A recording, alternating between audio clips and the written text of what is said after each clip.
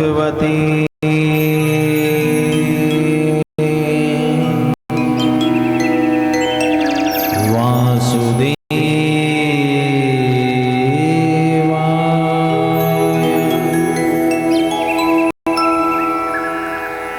स्वस्ति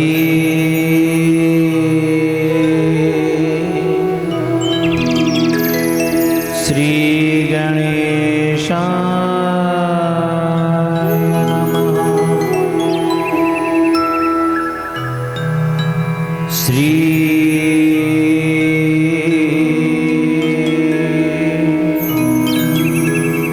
सरस्वती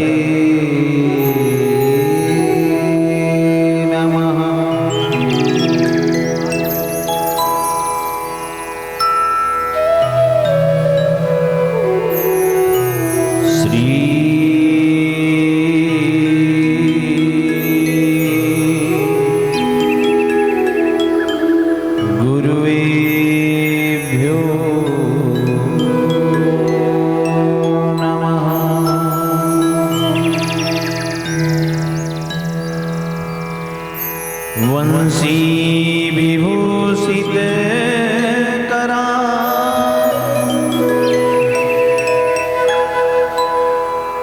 नवनीरदा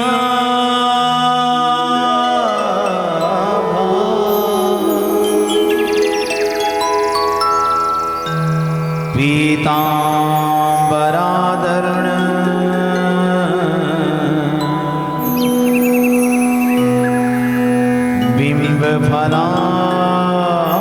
फलादरोष्टा पूर्णेन्दु सुंदर मुखादर बिंद नेत्रा कृष्णात् परं किमपि तत्त्व अहं न जाने। कृष्ण तव दीय पद पंकज जप जंचराते अदेव में विष्णु मानस राजहंसा प्राण प्रयाण समये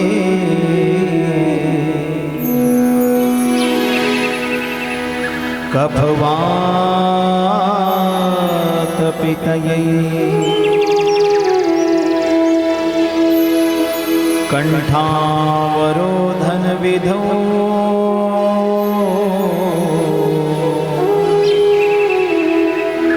समरणं कुतस्ते।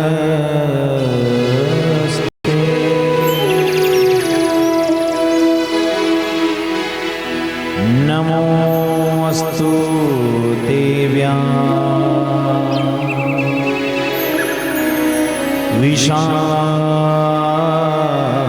विशालबुद्धि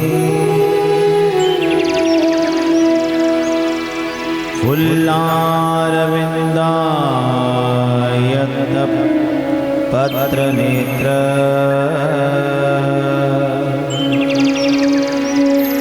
येन त्वया भारत तैलपूर्णा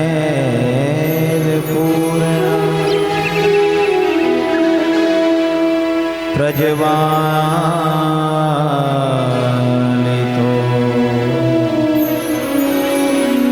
ज्ञानमया प्रदीपः यं प्रव्रजन्तमनुपेतमपेतकृत्यम्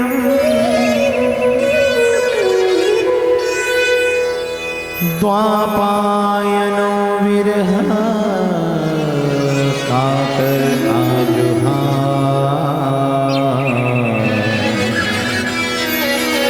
पुत्रेति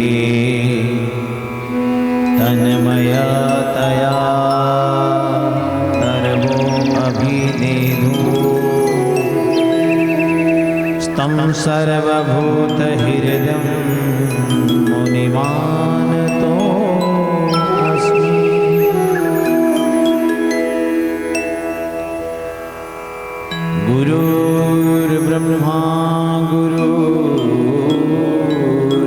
विष्णु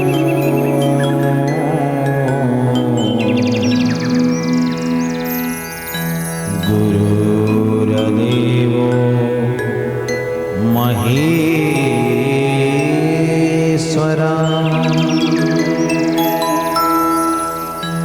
गुरुर्साक्षात्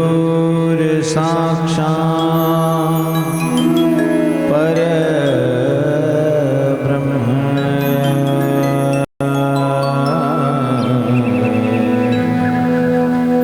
तस्मै श्री गुरुवे नमः। वक्रतुंड महाकाय सूर्यकोटि समप्रभ निर्विघ्नं कुरु मे देव।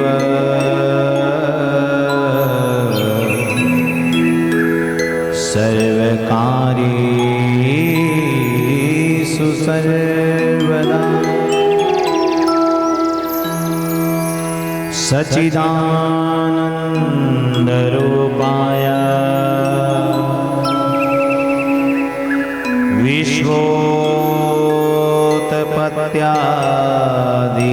विश्वोत्पत्त्यादिहेतवे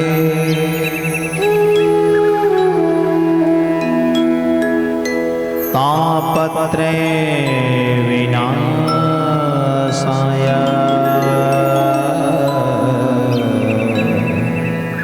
श्रीकृष्णाय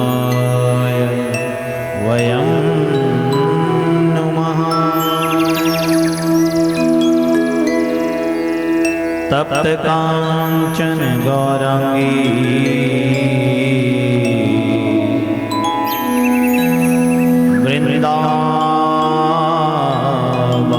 वृंदावनेश्वरी वृषभानुसुते देवी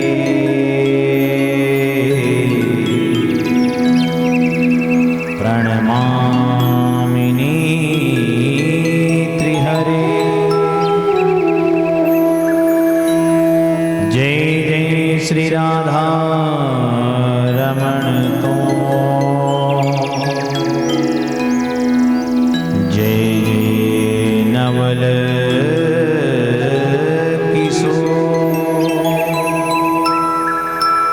जय गोपी चित चोर हरि।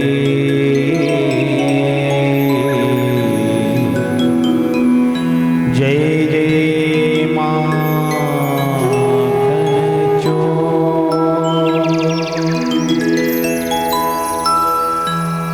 श्री राधा तो बड़ भागिनी कौन तपस्या की। तीन लोक तारन तरन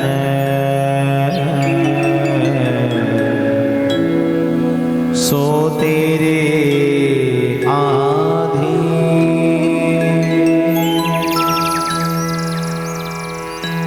घटा छटा नख सिख उठे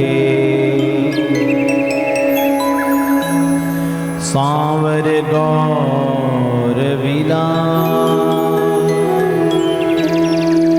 धन प्रगटयो रस रीति को जय जय श्री हरिदास।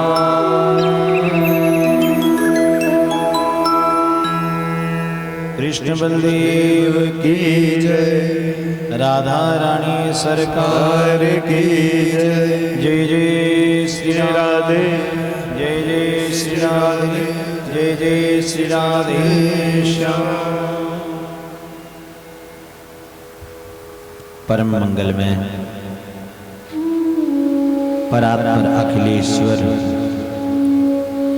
अकारण करुणा वरुणाल्य भक्तवांचित कल्पतरु श्री त्रिदूत विनिंदित पीताम्बरधारी श्री बाल कृष्ण लाल की प्रेम में मूर्ति श्रीमद् भागवती कथा।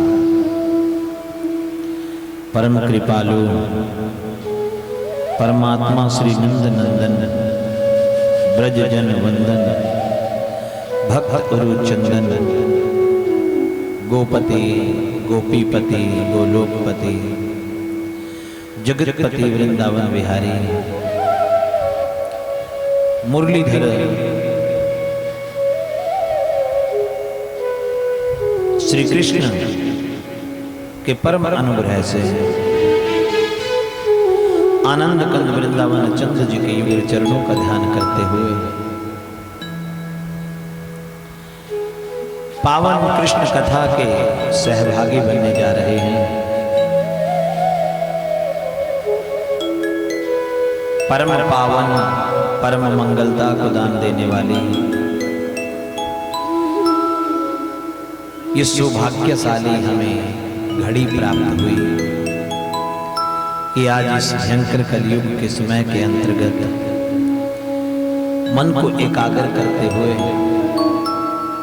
अपने जीवन को रसार्थ करते हुए अपने जीवन को सफल बनाते हुए बड़े प्रेम के साथ सच्चिदानंद घन भगवान श्री कृष्ण के प्रेम में भक्ति का रसपान करने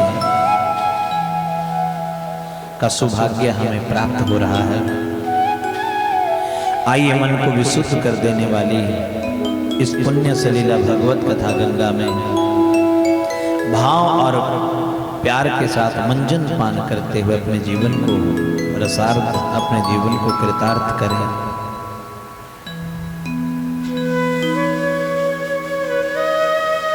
धन्य हैं आप लोग परम मंगलमयी श्रीमद् भागवत कथा के अनुयायी बनकर इस कृष्ण कथा गंगा में अग्रसर होते हुए अपने जीवन को सफल बना रहे हो।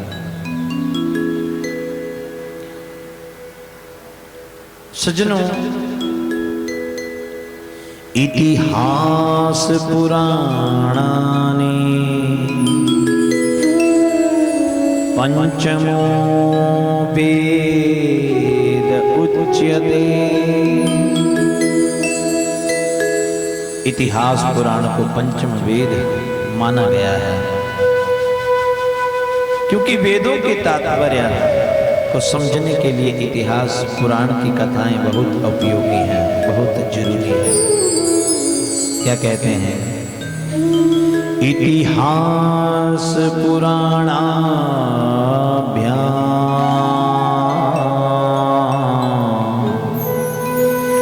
वेदम समो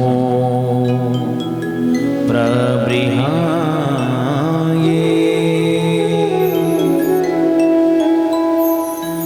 विवेत्यालप्सृता देदो माम्यं प्रहरीष्यते। लोग इतिहास पुराण को साधारण मानते हैं सज्जनों, साधारण समझते हैं। यह बीमारी हमने बड़े बड़े विद्वानों में भी देखी है। इतिहास पुराण को साधारण समझते हैं। नहीं, ये साधारण नहीं है। पंचमो वेद उच्चेत, ये पंचम वेद है। भागवत कहता है इतिहास पुराण पंचम स्वरूप है, पंचम वेद स्वरूप है। महाभारत रामायण हमारे प्रसिद्ध इतिहास ग्रंथ हैं और पुराणों में श्रीमद् भागवत श्रेष्ठ माना जाता है। सबसे श्रेष्ठ पुराणों में माना जाता है तो श्रीमद् भागवत। भागवत भगवान का ही रूप है। भागवत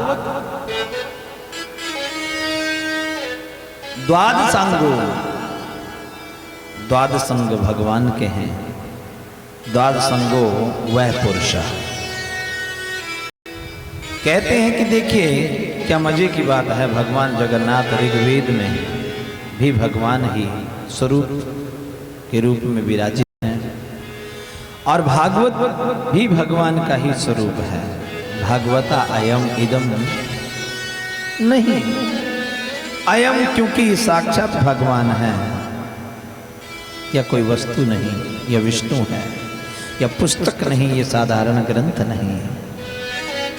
इसीलिए कहा गया है तेनेयं वाङ्मया मूर्ति प्रत्यक्षं वर्तते हरि। ठाकुर जी का ये वांग में प्रतिमूर्ति है, भगवान का वांग में स्वरूप है भागवत। द्वादशांगो वह पुरुष, हमारे वेद कहते हैं, हमारी श्रुतियां कहते हैं भगवान 12 अंग वाले हैं। ठाकुर जी के 12 अंग हैं, तो समझ लें ठाकुर जी के 12 अंग हैं। और जिस दिन समझ आ जाएगा कि भागवत के 12 स्कंद क्यों हैं, दुर्लभम त्रयमेव देवानुग्रह हेतुकम्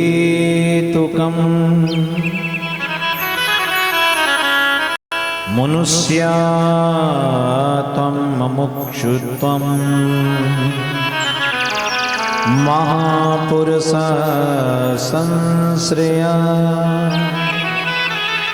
सज्जनों, ये सब अच्छा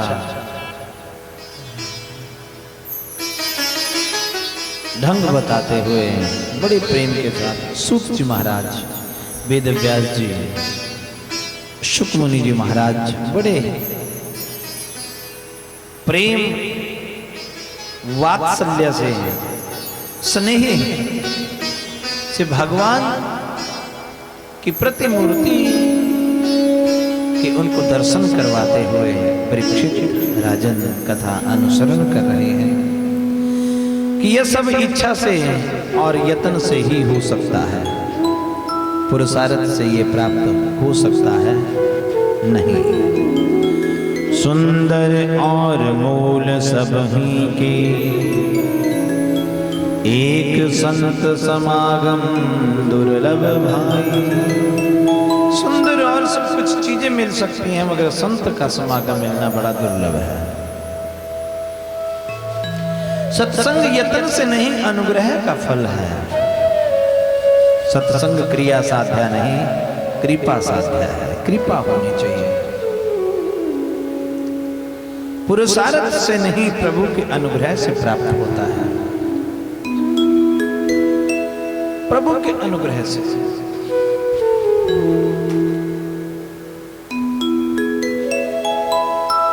मां पार्वती उस वैरागी की भक्ति करती है, उसमें अनुराग हुआ और उसके प्रति वैराग आ गया। वैरागी की भक्ति करते करते उनमें वैराग आ गया। वैरागी के प्रति अनुग्रह और उनके प्रति वैराग आ गया। इसी तरह से कहा हुआ है संतों ने कि कृपा की न होती जो आदत तुम्हारी, कृपा की न होती जो आदत तुम्हारी, तो सुनी ही रहती, तो सुनी ही रहती अदालत तुम्हारी, कृपा की न होती आदत तुम्हारी, कृपा की न होती आदत तुम्हारी, तो सुनी ही रहती, तो सुनी ही रहती अदालत तुम्हारी, कृपा की न होती आदत तुम्हारी, कृपा की न होती आदत तुम्हारी, तो सुनी रहती, तो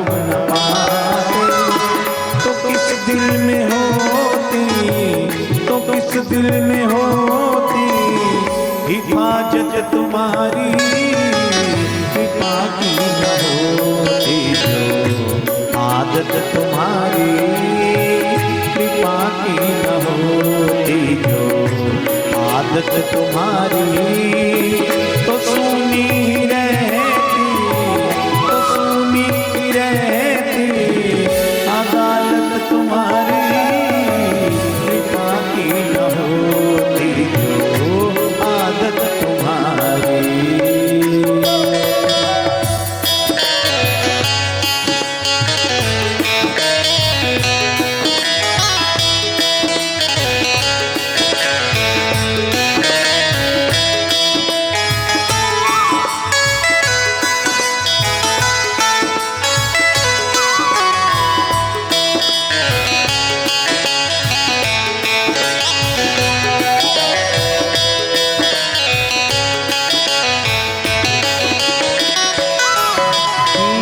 गरीबों की दुनिया है आबाद तुमसे, गरीबों की दुनिया है आबाद तुमसे, गरीबों की दुनिया है आबाद तुमसे, गरीबों की दुनिया है आबाद तुमसे, गरीबों की दुनिया है आबाद तुमसे, गरीबों की दुनिया है आबाद तुमसे, आबाद तुमसे, गरीबों की दुनिया है आबाद तुमसे, गरीबों की दुनिया है आबाद तुमसे, गरीबों से है, गरीबों से है बात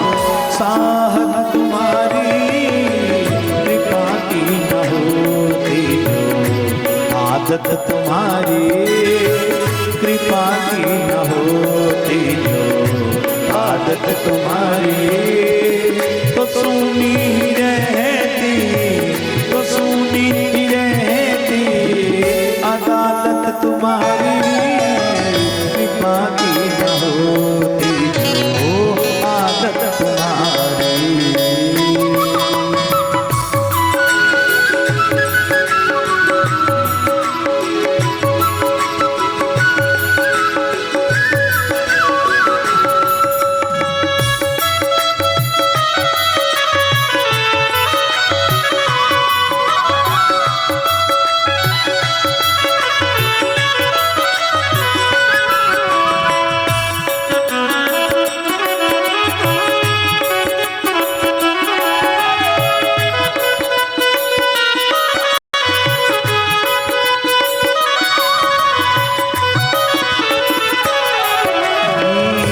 मुलजिम ही होते न तुम होते हाकिम, न मुलजिम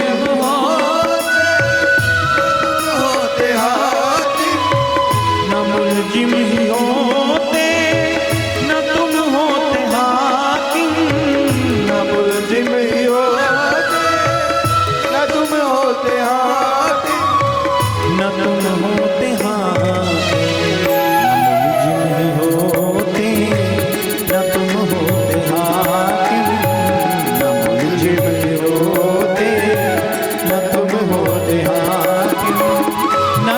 घर में होती न घर घर में होती इबादत तुम्हारी, कृपा की न होती जो आदत तुम्हारी, कृपा की न होती जो आदत तुम्हारी, तो सुनी रहती, तो सुनी रहती अदालत तुम्हारी, कृपा की न होती जो आदत तुम्हारी।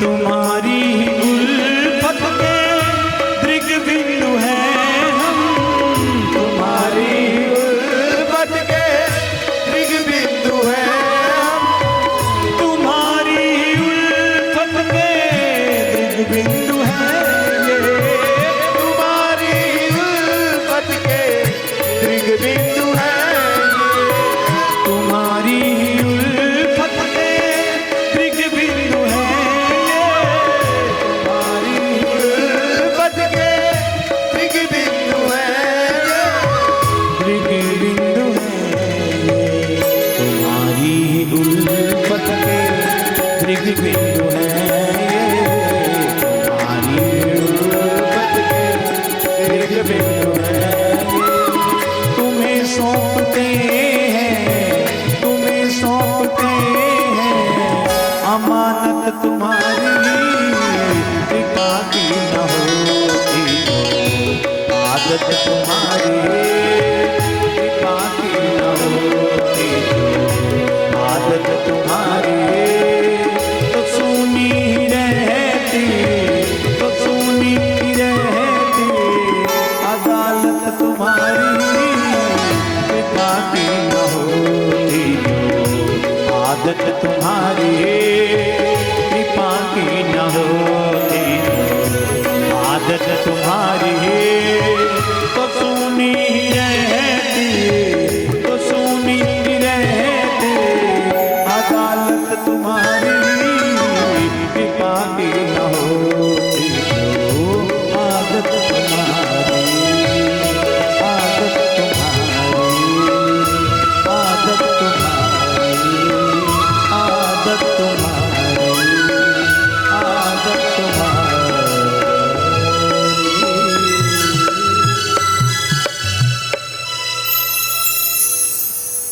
भगवान की अगर कृपा नहीं होती तो भैया ये अदालत सूनी रह जाती है। भगवान का नाम ही ऐसा है कृष्ण, बोले करसती आकर्षति आसो नाम इति कृष्ण। क्यों भगवान की तरफ आकर्षित हो जाते हैं सभी लोग, क्यों भगवान अपनी तरफ अट्रैक्ट कर लेते हैं सब भक्तों को। और एक बार जो भगवान के दर्शन कर लेता है, कृष्ण का नाम जपने लग लेता है, उसको मेरे कृष्ण बलदेव अपनी भक्ति दे देते हैं। सज्जनों, भगवान कृष्ण का के चरणों में री की मात्रा लगी हुई है, क के चरणों में री की मात्रा लगी हुई है, और री का आकार ऐसा होता है, रूप ऐसा होता है। सज्जनों, और ये जो री है यही कांटा है। कांटा होता है ना, मछली को पकड़ने के लिए, मछली को पकड़ने के लिए खींचा जाता है, फेंका जाता है, और मछली उस कांटे में जब फंस जाती है तो सज्जनों फिर मछली उसमें से छूट नहीं पाती। वही ये कांटा है री। कृष्ण के चरणों में जो टेढ़ी टांग लगी हुई है, टेढ़ी मात्रा लगी हुई है, यही कृष्ण कृष्ण जो जपता है, कृष्ण उस कांटे की भांति अपने भक्त को अपने प्रेम जाल में फंसा लेते हैं, प्रेम जाल में लगा लेते हैं। और एक बार भगवान के साथ प्रेम होने लगा, थोड़ा सा हुआ, और भगवान इतना प्रेम अपने भक्त से करने लग जाते हैं कि सज्जनों फिर दुनिया में उसे कृष्ण के अलावा कुछ भी अच्छा नहीं लगता। बोलिए कृष्ण बलदेव की जय हो। नूनम भगवतो माया योगिनामपि मोहिनी यद् वयं गुरुवो नृणाम्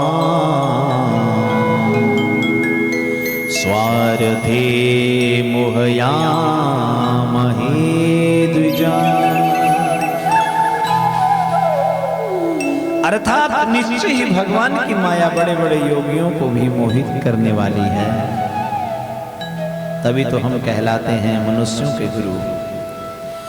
परंतु अपने सच्चे स्वार्थ और परमार्थ के विषय में अभी भी भूले हुए हैं।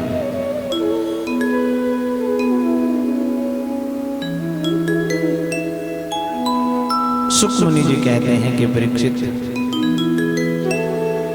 ब्राह्मणों को भी एक बार अहंकार हो गया था अपने विद्वता के ऊपर, अपनी विद्या के ऊपर, और वो भी कृष्ण को पहचानने में गलती कर गए। और फिर जब कृष्ण बलराम की कृपा जब यज्ञ पत्नियों के ऊपर, ब्राह्मणों की पत्नियों के ऊपर हुई तो बड़े प्रसन्न उनकी पत्नियां होती हुई और यज्ञ पुरुष बड़े उदास से हो गए। उन्होंने पश्चाताप किया कि हम विश्व के गुरु समझते हैं अपने आप को, और हमें भी अज्ञानता के कारण भगवान को पहचानने में त्रुटि रह गई, हमारे मन में फर्क रह गया। सुजनों, कल आपने कथा सुनी कि किस तरह से गोवर्धन जी का पूजन हुआ। सारे ग्वाल बाल, सारे ब्रजमंडल, सारे गोप गोपियां, नंदगामन के सारे ब्रजवासी गोवर्धन जी की पूजा करना प्रारंभ करते हैं और बड़ी खुशी और उल्लास के साथ, बड़ी प्रसन्नता के साथ सबने गोवर्धन पूजा में भाग लिया और आनंद विभोर हुए। सज्जनों, वहां पर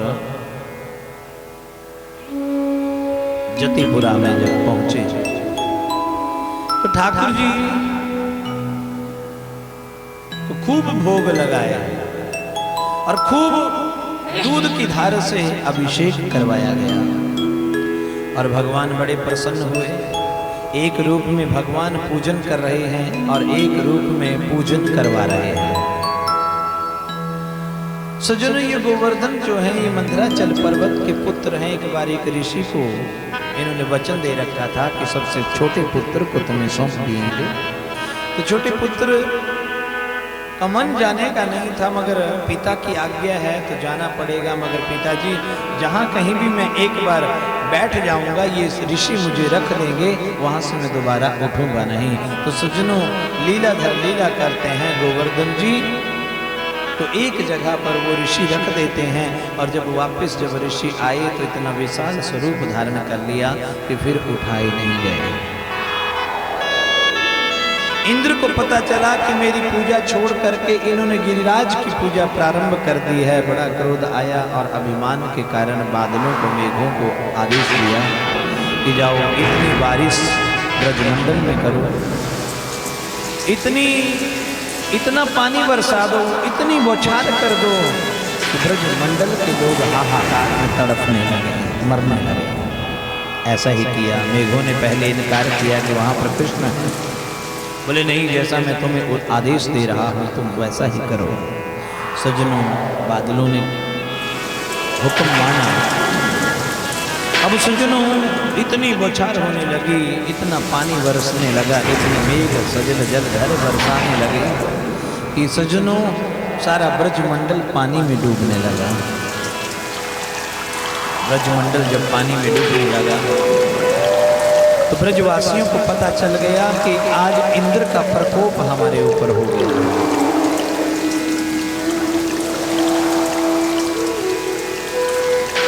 इंद्र का पूजन नहीं किया, अपितु इंद्र ने हमारे ऊपर प्रकोप ये कर दिया। इतनी बौछार, इतना पानी पानी, सब तरफ गैया बाड़ों में से निकलकर भागने लगी। और सज्जनों, सारे ब्रजवासी गोपांगनाएं ठाकुर जी के चरणों में आ गई और चरणों में आकर प्रार्थना करने लगी कि बोले कन्हैया, तुमने ही ये नई रीत की प्रारंभीकरण की थी, अब बताओ अब हम कहाँ जाएं? बोले जिसका हमने पूजन किया है वही हमारी रक्षा करेंगे। गिरिराज के पास गए और गिरिराज जी को नमस्कार किया। गिरिराज को निवेदन किया कि प्रभु हमने आपका पूजन किया है। वहाँ पर आनी और जगह है। जब भोग लगाने लगे थे तो सज्जनों वहाँ से शब्द होने लगा आनी और खिलाने में बड़ा आनंद ले रहे हैं गोप को पांगनाएं कि बोले खिलाने वाले को आनंद तभी आता है जब खाने वाला आनंद से खाए। अरे आज तक हम इंद्र को भोग लगाते थे मगर आज तक इंद्र ने कभी भोग लगाने के लिए अपना रूप सहित हमारे पास नहीं भेजा, ना ही वो कभी भोग लगाने के लिए आए। और सज्जनों कभी भी उन्होंने ये नहीं कहा कि स्वादिष्ट भोजन है और कभी खाया तक नहीं, बस एक संकल्प सा होता था, कल्पना सी होती थी। और सज्जनों यहाँ तो गिरिराज जी ने भोजन को ग्रहण किया और सज्जनों भोजन को ग्रहण किया, बड़ा आनंद हुआ, बड़े प्रसन्न थे सभी मगर इंद्र के प्रकोप से अब कहाँ जाए। अब सज्जनों फिर गए गोवर्धन जी के पास, गोवर्धन जी को नमस्कार किया, निवेदन किया प्रभु आप ही अब सभी ब्रजमंडल वालों की, सब ब्रजवासियों की, गोपांगनाओं की और गैयों की रक्षा करेंगे। नमस्कार किया और सज्जनों एक रूप में पर्वत के रूप में भगवान बन गए और एक रूप में सज्जनों भगवान गिरिराज जी को धारण कर लेते हैं। बोलिए गिरिराज धरण की जय, बोलिए गिरिराज महाराज की जय, बोलिए गोवर्धन नाथ की जय। चारों नाथ चारों दिशाओं की रक्षा कर रहे हैं और मध्य में गोवर्धन जी बैठे हुए हैं। वो हमारे भारतवर्ष को सनात कर रहे हैं और गिरी राजधरण गोवर्धन जी को उठाते हैं और बड़ी वो शोभा थी, बड़ा वो अद्भुत दृश्य था, बहुत रोम रोमांच कर देने वाली वो भगवान की छटा थी। और सज्जनों सभी दर्शन कर रहे हैं। अब ग्वाल वालों ने भी अपने अपने लाठी को लगा दिया और सज्जनों लाठी को लगाया तो सज्जनों 3 दिन व्यतीत हो गए। बोले यशोदा ने कहा कि 3 दिन से मेरा कन्हैया सोया नहीं, ना कुछ खाया है। अरे बालको, अरे ग्वाल बालो तुम भी कुछ सहायता करो। तो बोले कन्हैया ने तो छोटी सी उंगली लगाई है और हमने तो 3 दिन से अपने अपने लाठी को लगा कर रखा है, हम भी तो मेहनत कर रहे हैं। बोले ठीक है यशोदा अपने लाला को ले जाओ और इसको भोजन वगैरह करवाओ। और सज्जनों लाला को बोला चलो लाला मेरे साथ चलो। अब सज्जनों जाने से इनकार कर दिया। बोले भैया ये गोवर्धन नीचे गिर जाए वो। बोले नहीं बाकी ग्वाल बाल भी तो हैं, ये संभाल लेंगे, तुम चलो थोड़ा आराम कर लो। यशोदा मैया को तरस आ रहा है अपने बालक के ऊपर कि अरे इतने दिनों से कुछ खाया नहीं, कुछ सोया भी नहीं और चलो बालक। अब सज्जनों कन्हैया जाने लगे तो जैसे ही हाथ हिलाया तो सारा गोवर्धन ऊपर गिरने लगा। अब कन्हैया रुको रुको, तुम्हें नहीं जाना कहीं भी मत जाओ। अगर तुम चले जाओगे तो सारी गैयां मर जाएंगी, सारे गोपांगनाएं मर जाएंगी, सारा ब्रजमंडल गोवर्धन के नीचे आनंद से विभोर होकर भगवान की स्तुति कर रहा है और राधा रानी की स्तुति कर रहा है। किस तरह से, आइए क्या कहता हुआ लाडली रानी की किशोरी जी की स्तुति कर रहा है। सब ब्रजमंडल की किशोरी जी की शक्ति के कारण आज गोवर्धन जी को कन्हैया ने उठा रखा है। आइए क्या कहते हुए, लाडली अद्भुत नजारा तेरे बरसा में है। लाडली अद्भुत नजारा तेरे बरसा में है। लाडली अद्भुत नजारा तेरे बरसा में है। लाडली अद्भुत नजारा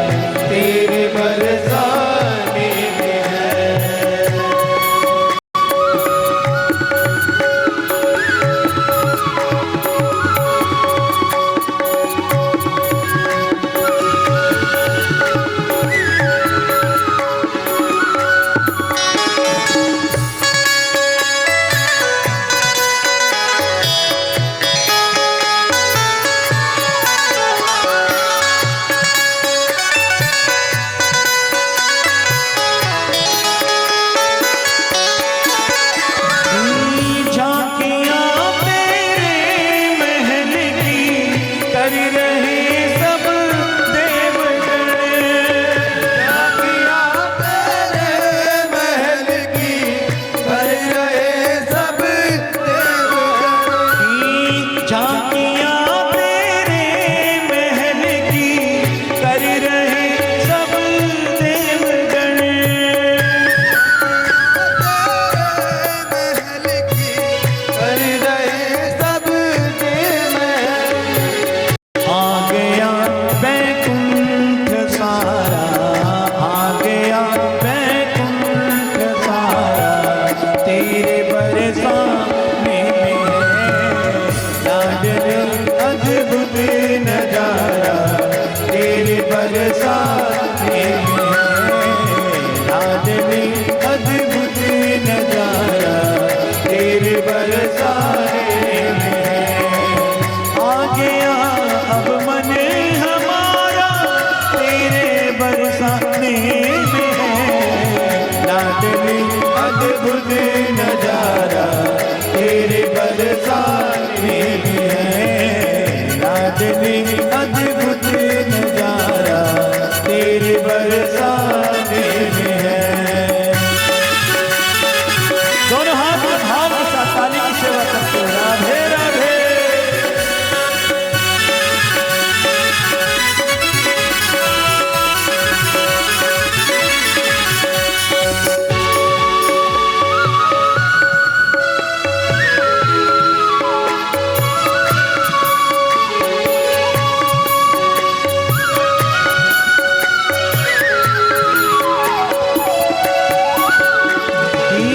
तेरे दर पर सज रही है रसिक जनों की टोलियां।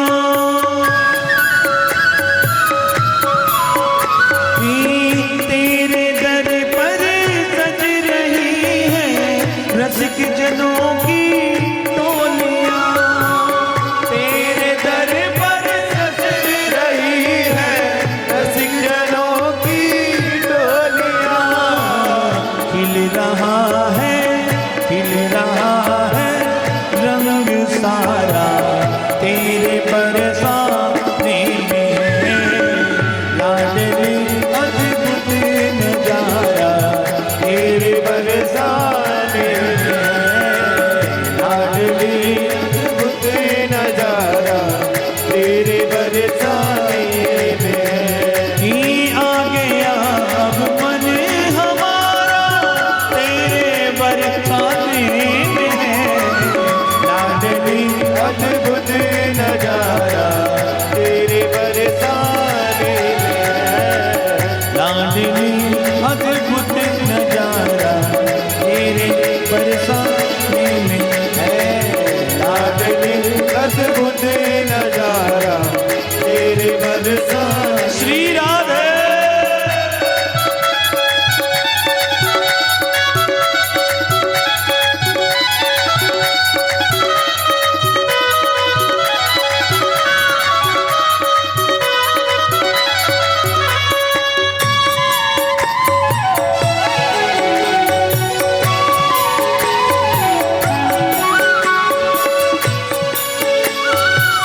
जब कहाँ जाऊं किशोरी तेरे दर को छोड़ कर।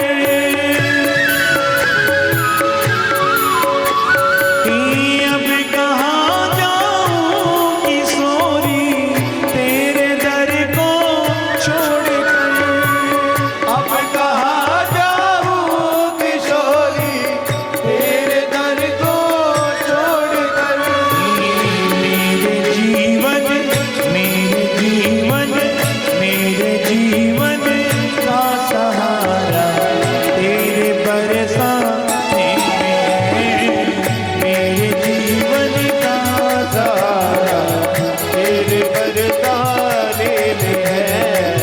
लाडली अद्भुत नजारा तेरे बरसाने